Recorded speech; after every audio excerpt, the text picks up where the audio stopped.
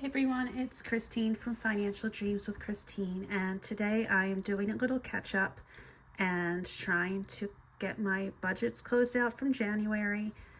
Thank you for tuning in and hanging out with me, and welcome to any of my new subscribers who might be watching, and welcome back to all my old friends who constantly support and offer their limited time to spend with me. So thank you. All right, so let's get this budget closed out. This was from January 31st. This was a magic month paycheck, and as I call it, a free pay, because lots of like $1,000 in deductions were not taken out of my paycheck this time. So let's see what I do with that and if it matched up what I budgeted, because some things did change. All right, so I had thought that my free pay would be $3,800. It was not. It was close, but it was not. It was $37.11.96. Still amazing, but I was hoping. All right, eBay, Etsy, and Facebook Marketplace came in a little over what I had expected, so I wound up making $66.20 on those three different sites.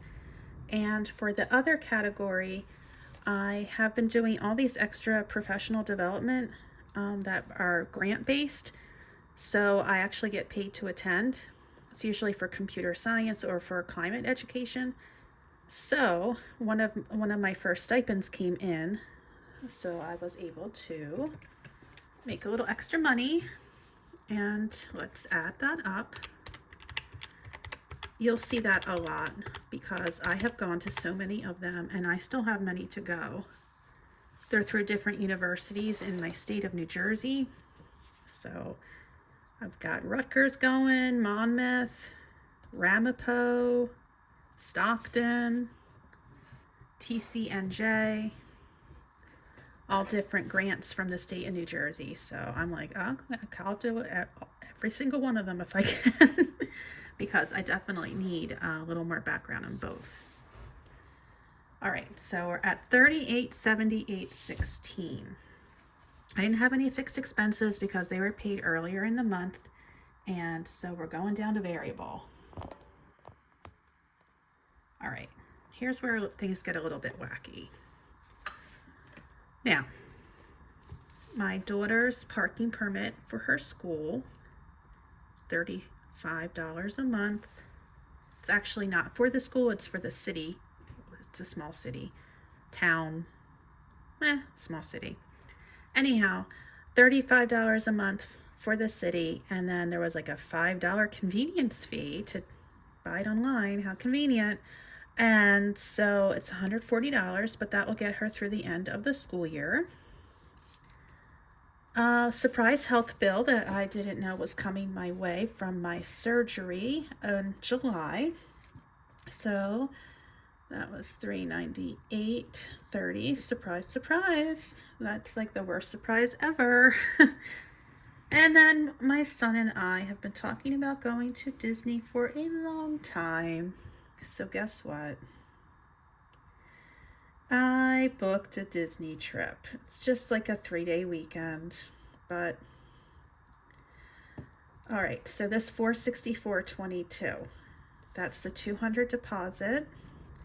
It's the Mears transportation to get from the airport to the resort. It's the magic bands, and I think there might have been like I had Southwest points, so we're not actually paying for the flight, but what I did pay for was the early bird check-in. So that's that. I won't tell you the balance right now. That is ridiculous. So I'm just going with this right now. Let's just go there. And then my husband and I are visiting my son towards the end of February. So I was able to pretty much pay for the hotel with mostly points, although I did have to do like a combination points plus cash. So this was the cash part. So Okay, let's add all this up. 140 plus 398.30, 464, 22, and 90. All right, so that's 1092. Holy cannolis, isn't like comparing it to what I originally had, but that's what Disney does. Disney costs of that.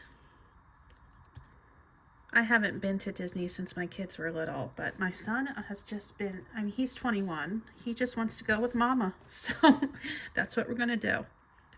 All right, 38.78.16. My daughter and husband have no interest, which is fine for me. I haven't had just a mother-son trip, and so I'm really looking forward to it. And my husband and my daughter can kind of be cranky travelers at sometimes, and my son and I are more easygoing, so I think we're going to enjoy it together. All right, so we have 27.85.64 left now. So this vacation that I planned for sinking funds, I took some of that to pay for the Disney stuff. So this didn't get all stuffed because this paid that. So what I did stuff out of this was $35 instead. Okay. Everything else pretty much remained the same. I did put aside $1,200 for retirement. Gifts was $300. College was $500. And summer was $250. Okay. So we have 35, 1,200, 300, 500, 250, 22.85. From the 27.85 and 64 cents, so that left $500.64. Or did it?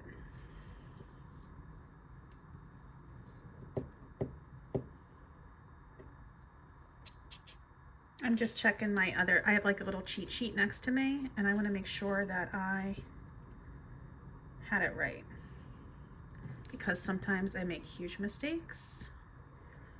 Let me just subtract this again. 38.78.16 minus 1092.52. Okay, so I am right. All right, so let me do that. 27.85.64 minus 22.85. Okay, 564.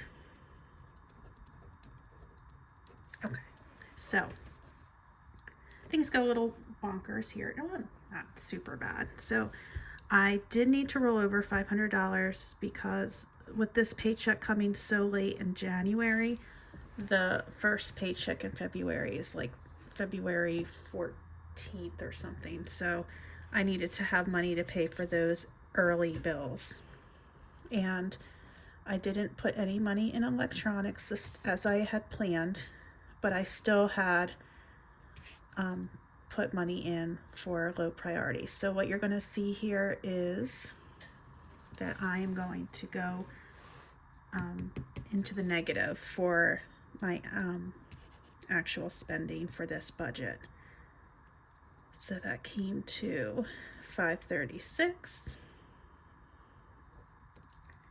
And I guess that's, what did I do with that 64 cents? Let's just put that for the cushion. All right, so when I subtract 536.64, you'll see I'm in the negative. So what that means is that I dipped into my cushion a little bit, because I do have a pretty healthy cushion in my checking account. So that was fine, no big deal, $36. It's Disney's fault. That's all I have to say about that. And it's also the fact that I had budgeted poorly, I suppose. Well, 80 some dollars from where I thought I was going to be, but Anyway, not too bad. And I finally have this budget closed out, which means that I'm caught up and I can do my February budgeting. So again, thank you so much for tuning in with me today. I appreciate it so much, and I'll talk to you soon. Bye.